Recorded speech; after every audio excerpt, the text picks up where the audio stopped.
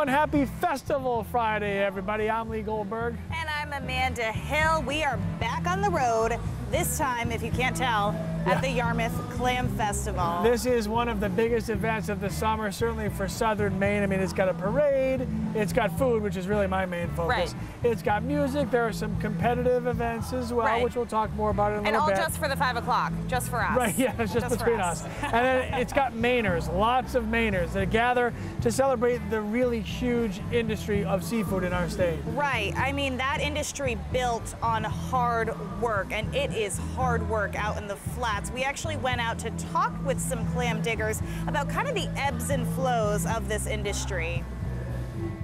Look around today. Who wouldn't want to be out here today working, right? It's beautiful. Clint Goodnow likes being his own boss. You can come and go. If you don't like who you're dealing with, you find somebody else. Which is why he's been digging for clams for, well, longer than he'd like to admit. Let's say I started when I was a young boy with my father, okay? So it's been a while. With any sort of farming, the industry relies heavily on Mother Nature. There are more clams this year.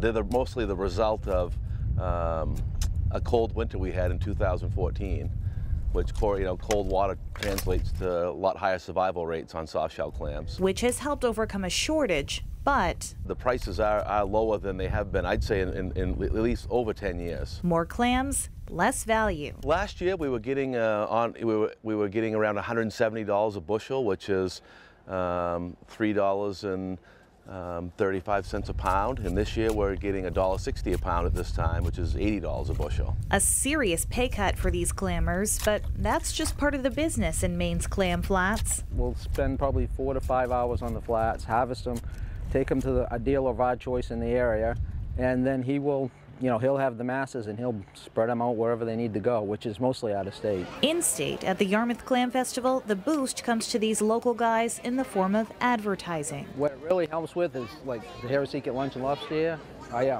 I supply those with steamers, and this weekend is a huge weekend because Yarmouth gets so crowded, the overflow starts to spread out, go, to Freeport or to Booth Bay or whatever.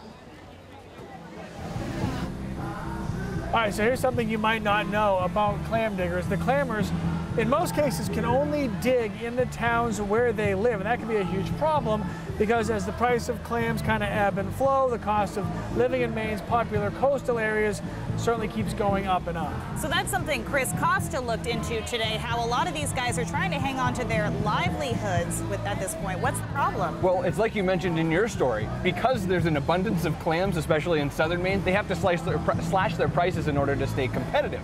But that means when they're going into these these communities that are growing so much, like Yarmouth, Freeport, which also happen to be great clamming locations, they're really pinched for money. And that could mean that a part of Maine's aquaculture could soon be a piece of its history. Chad Coffin is a career clammer. This is the time, the days are long, and the prices are typically the highest of the year. Spending his whole life in Freeport helped him establish his business. It's becoming more and more difficult to live here and access the shoreline. Towns have only a limited number of clamming licenses to issue, and 90% must go to town residents. Once you lose it, the chances that you're going to get another one are very slim. It doesn't have the same benefits as it used to. In communities with increasing home prices, new clammers can struggle. It's becoming almost impossible for working class people in some of these coastal towns to establish themselves. The cost is too high. The Greater Portland Board of Realtors says in towns like Yarmouth and Freeport, home prices have gone up more than 20% in 5 years. I think that's a sharp increase, but it's because the past year or so we've seen an incline in our prices, and we've also seen a reduction in our inventory. So it kind of makes for that perfect storm. Those that are looking for more affordable houses tend to be driven out with the prices in the market. Which means fewer and fewer towns will carry Maine's history of a hard day's work. Overall, the trend is for continued decline. Certainly in southern Maine, there's entire communities that, commercial clamming, it's part of their history.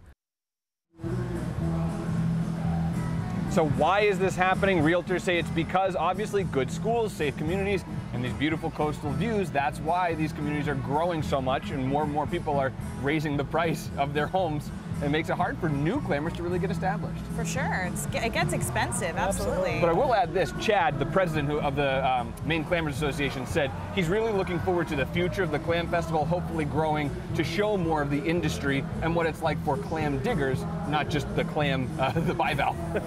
It's hard Fair work, enough. too. It's hard Fair work enough. out there. Yeah. Obviously, this is a celebration of clams. So we wanted to take a moment to find out what you think is the best way to enjoy a clam. So we've given you some options. They are clam chowder, and yes, you have to say it just like that, steamed clams, fried clams, or no way, no how, because clams are just gross. That's actually a choice for you. So go to pulse.newcentermaine.com and you can vote, or open up the mobile apps and select the Pulse tab. All right, we are less than an hour away from one of the most highly anticipated events, aside from the Diaper Derby and the Celebrity Clam Shucking, which is happening this weekend. The parade, it's a big deal. And you can find us along the parade route right now. You can find Keith Carson and Stormy a little bit further up the road down by the arts and crafts section, and that's where they are. Hey, Keith. Hey guys, first of all, let me say that the best kind of clam, it's seasonal. I don't think clam chowder during the summer is very refreshing, so that's a winter thing. During the summer, you go to fried clams. I'll vote later. Let's talk about the weather though. Gorgeous day out here right now. Upper 80s before, now settling into the mid 80s with a bit of a breeze. I think it's just about right. A few people were complaining it's too warm, but you know how it goes. Let's take a look at the current temperature map. You'll see that along the coastline we did sea breeze just a little bit to 83 in Portland, 80 in Rockland, 78 in Bar Harbor. But we did get warmer than that earlier today. Again, upper 80s even along the immediate coast. Dew points are down, but they're not all the way down yet, meaning it's not as humid as it was over the past few days for sure, but it's not in that crisp air mass. We won't get there probably until Sunday when you really feel that relief from some of that mugginess that's been around. Thunderstorms around across northern Maine. It's largely Aroostook County, and you can see a couple of thunderstorms coming into the mountains there. We'll watch those. A few of them have pulsed severe here and there during the late afternoon, early evening hours, so we'll keep an eye on those. Overall, though, the weekend is looking really good. I'll be back with those details in just a few minutes. All right, Keith, thank you very much. Let's get to some of our news of the day now. A plan to relieve the student loan burden on Mainers did not quite make it past the legislature. The bond, which would allocate millions to help pay off the loans of people who have lived and worked in Maine for 5 years, was tabled, according to a Democratic spokesperson. It did win a majority in both chambers, but did not get the necessary 2/3. They might take this up again later in August. A former cheerleading coach accused of sexually abusing one of the gym's students is now a convicted sex offender. Prosecutors say Jeremy Link was sentenced to 5 years in prison, with most of his jail time suspended for 2 counts of sexual abuse of a minor. Police say the abuse happened in a Westbrook tumbling gym, and the victim was 14 years old. Earlier this week, we told you about a single mom in Lewiston who was caught up in an apartment scam and lost hundreds of dollars. Well, since then, an anonymous donor has kind of stepped up to reimburse her losses, as well as pursue legal action against the con artist. Well, this one has kind of a happy ending at this point, but not everyone who gets the wool pulled over their eyes is able to get their money back. So what we want to do today is kind of look at how you can spot a con before you get roped into what could be a really bad deal. Would you fall for a con man? Lots of people fell for former football star Art Schlichter and his supposed ticket resale business, a story told on the next American Greed. People paid millions to get in on the action, but it was a scam to feed his gambling addiction. They lost their money, and he wound up in federal prison for fraud. You know, the con in con man stands for confidence, because that's the first thing a fraudster takes from his victims. How do they do it? It's not rocket science. Experts say look for a few telltale signs. Maria Konnikova wrote The Confidence Game, a book about why we fall for con artists. She says fraudsters first figure out what makes us tick and use that to get us emotionally aroused. It's very difficult to be logical when you're also emotional. The con artist then uses tricks of persuasion, like overloading us with information, then pushing us to make decisions, using the phrase, "and that's not all," when explaining a deal, and trying to gain our affections with over-the-top flattery and charm. If they were sleazy, if they seemed like a used car salesman, like our stereotype of them, they wouldn't be good con artists. We would never fall for them. And scammers know people in transition are most likely to fall for their tricks. So if you're going through a divorce, a marriage, or a move, don't let your guard down. Otherwise, the con man will have you right where he wants you. Scott Cohn, NBC News. You can see more on that subject on American Greed. That's at 10 o'clock on CNBC. We found a friend here. Okay, go ahead and wave. Good Say job. hello. Say hi. Come on through. Hi, Come how are on you? through. How you doing? It's the Yarmouth Clam Festival. Good. All right, we are going to take a quick break, but when we come back, more live coverage from Yarmouth. We take a look at what it takes to be a professional clam shucker. 207's Rob Nesbitt and I get some lessons from the experts. And is it a wonky tradition or a terrible nuisance? Should chairs be lined up to save a spot for the parade here at the Yarmouth Clam Festival? We will listen to what you have to say. Trophy.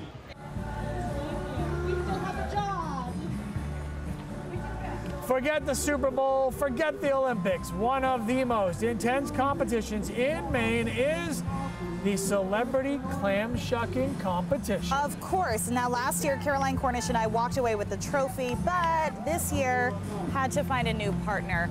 So what do you look for in a new Celebrity Clam Shucking partner? One, how competitive are they? Two, can they still have fun with it? Because that's the most important part, obviously. Winning is most Maybe important. winning is most important. Sorry. And three, are they a Mainer? Because you got to have those Maine roots to really know your way around shucking that clam. So I went to Rob Nesbitt, who, by the way, has never even seen a clam before. So I think I chose wrong. So I took him to Eventide Oyster Bar in Portland to get a few tips on how to do this. You're gonna try to get in this opening right here. Okay. It's kind of best to hold it in your hand like this. So hold it like this. And then kind of put the knife in up here, but push it down with your fingers. Use that same hand to push it down. Yeah, there it is. Just find that little. From here, how do you get it? I'll show you while you're doing it. I didn't ruin the clam too much, did I? Oh no, I mean that's gonna taste just good. Right? Okay. It's fine. It's gonna be fine. It's not too late to pick a new partner, Amanda. This is a joke. Can I do one? You got it.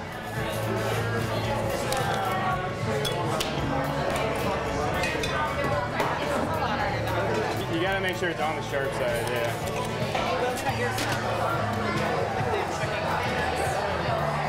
Well, maybe it's me. That's nice. Not on the knife, though. Way to tell me during the last hour. So I scrape the top, rip it off, and then scrape it off, right? Yeah. All right. And then you have to have the top one off. And it's a day. Cheers.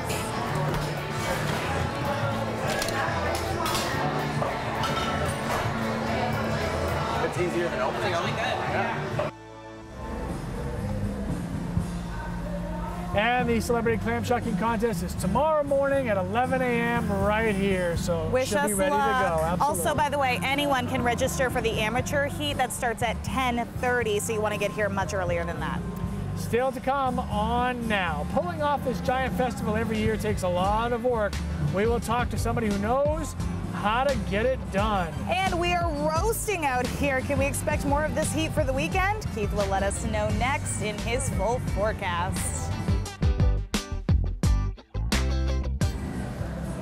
All right, that parade route is getting pretty packed right now. Less than an hour to go before the official start of the Yarmouth Clam Festival. Residents put out chairs and ropes, obviously weeks in advance, to make sure they get a good view on the day of the event. Now, there's been some hubbub this year about the chairs versus the ropes and protecting the spot-saving tradition that's been going on forever, it seems. But that conversation, which kind of started on the Yarmouth Community Facebook group, is mostly good-natured with a little bit of griping. Yeah, we've done so many stories on this, and most people point out the chair claiming has been going on for years and is really nothing new. The official Yarmouth Clam Festival Facebook page posted this photo July 3rd showing a line of chairs weeks before the parade. Someone responded to that post and said they aren't a fan of this tradition. It makes the town look messy. And Randy posted to our Facebook page this morning saying she cannot wait for the festival to be over. She can't stand looking at the chairs and all that caution tape. Okay, so joining us now. Who knows more about tradition than this guy? Exactly, Joe Collins. Thanks for sitting with Cousins Island. Joe Cousins. Sorry, we had it wrong in the script here. 40 years he has been at the Arm Clam, and he's 41 years old. So it's amazing. You've been here since I was very young when I started. I mean, the tradition of this festival. I mean, you know, can you even put it into words what it means to the community in the area? It means excitement. It means companionship and camaraderie, and also reunions. People come back year after year for reunions with us. It brings in people from all over the world. It's just an incredible event. It's one of the finest events in New England every year. How early are you starting the planning process? We start our meetings usually in January. We meet every month up to this point. Different committees have different meetings. So it's a long process, and there's a lot that goes into it. And I must say the people that are doing it this year are new at it, and I give them a lot of credit because they were thrown into the cage and they've taken the lion by the mane and they're doing it. So how much do you try to come up with new things? So like maybe every year try to make it a little bit better, add something, or do you leave the recipe alone because it works? No, it's very important to change and do something new every year. Because people come, they know all of the good things that are here, but they get excited to hear that there's something new. So this year on Sunday, we're having our antique car show. We've never done that before. And I think that'll draw a different type of crowd, and I think it's going to be great for the Clam Festival. All right, Joe Cousins, thank you very much for your You're time. welcome. Appreciate it. 41 years old, he's been here for 40 years. It's unbelievable, guys. Thanks, and the Joe. weather is supposed to be gorgeous for this weekend, right? Yes, we've got a nice cool breeze coming through here. How's it where you are, Keith? I'm impressed, Amanda, because usually you have a relatively low tolerance for heat, so it's still in the 80s. There is, though, as you mentioned, a nice little breeze, and people starting to pack up. As you know, it's a tradition here to put these chairs down way ahead of time, and people starting to actually filter in and get into some of these chairs. Just a beautiful night, obviously, to be out here, and I see no problem through the rest of tonight. We should be mild, pleasant, and that's how the weekend looks. Let's have a look outside. Our temperatures for highs, 87 in Portland, 89 in Portsmouth. So as I thought might happen, the coastline was very, very mild today with a west-northwest wind. The winds have stayed generally west, but you notice south-southwest in Rockland, Bar Harbor, and Portland. That's the breeze that Amanda is talking about, is that southerly flow kicking in off the ocean. A couple of thunderstorms over northern Maine. They should stay north of Greenville and for the next couple of hours here. A few of these have been severe, so we'll watch them. Nothing on the map right now is jumping out at me, but some of them have been feisty with some hail. Those will settle down later on tonight, and by tomorrow morning we're in good shape, starting in the mid-60s, getting into some sunshine through much of the day. Notice a little cloud cover over the southern fifth of the state. I have put that in my forecast as a little bagginess, if you will, in the isobars that suggest there could be some additional clouds over southern Maine and southwestern Maine. But most of us, beautiful day tomorrow and a beautiful day on Sunday as well. And Sunday's when you really notice the change in humidity, much lower dew points, much more comfortable, and highs in the 70s. If you did not enjoy this recent hot streak, then you will probably enjoy Monday and Tuesday. Big pattern shift. Watch these cooler colors come into New England. It's a classic little trough setting its axis up basically right over the state. So that means not only will it be significantly cooler Monday and Tuesday, will also be showery with a lot more clouds. So ebb and flow, right? That's how we're going over the last couple of weeks. Our average is 79. We're going to be 83, 84 degrees tomorrow. A pleasant 75 to 77 on Sunday, and then way below average Monday and Tuesday before we rebound after that. Extended forecast looks decent. I think Wednesday and parts of Thursday are good. I'm not quite sure about Friday yet. That's why I used the very technical term of a little sketchy on Friday's forecast. There's some indications we could have a coastal low pressure system, which obviously would be bad news for our forecast for next weekend. But at this point, it's a little bit too far away to say for sure. One thing I don't see in next week's forecast is anything that challenges the warmth that we had this week. Really nothing over 80 degrees through the entirety of the week. So temperatures kind of getting a little bit back towards average for this time of the year. But Amanda and Lee, I think the summer has been playing out really well because we've had a lot of sunshine, but we've also gotten the rain in there to avoid the drought like what we saw last summer. Yeah, well, we specifically chose the shady spot, so we're good. We're fine. I feel good over here. We're fine. Okay, just a few minutes left to vote on our Pulse question. Favorite clam snack? Options are chowder, steamed, fried, or simply ew. All right, you can vote by visiting pulse.newscentermaine.com, or make it even easier. Just open up your mobile app here on your phone, on your tablet, and go to the Pulse tab. And now we'll be back with Ortiz and food right after this.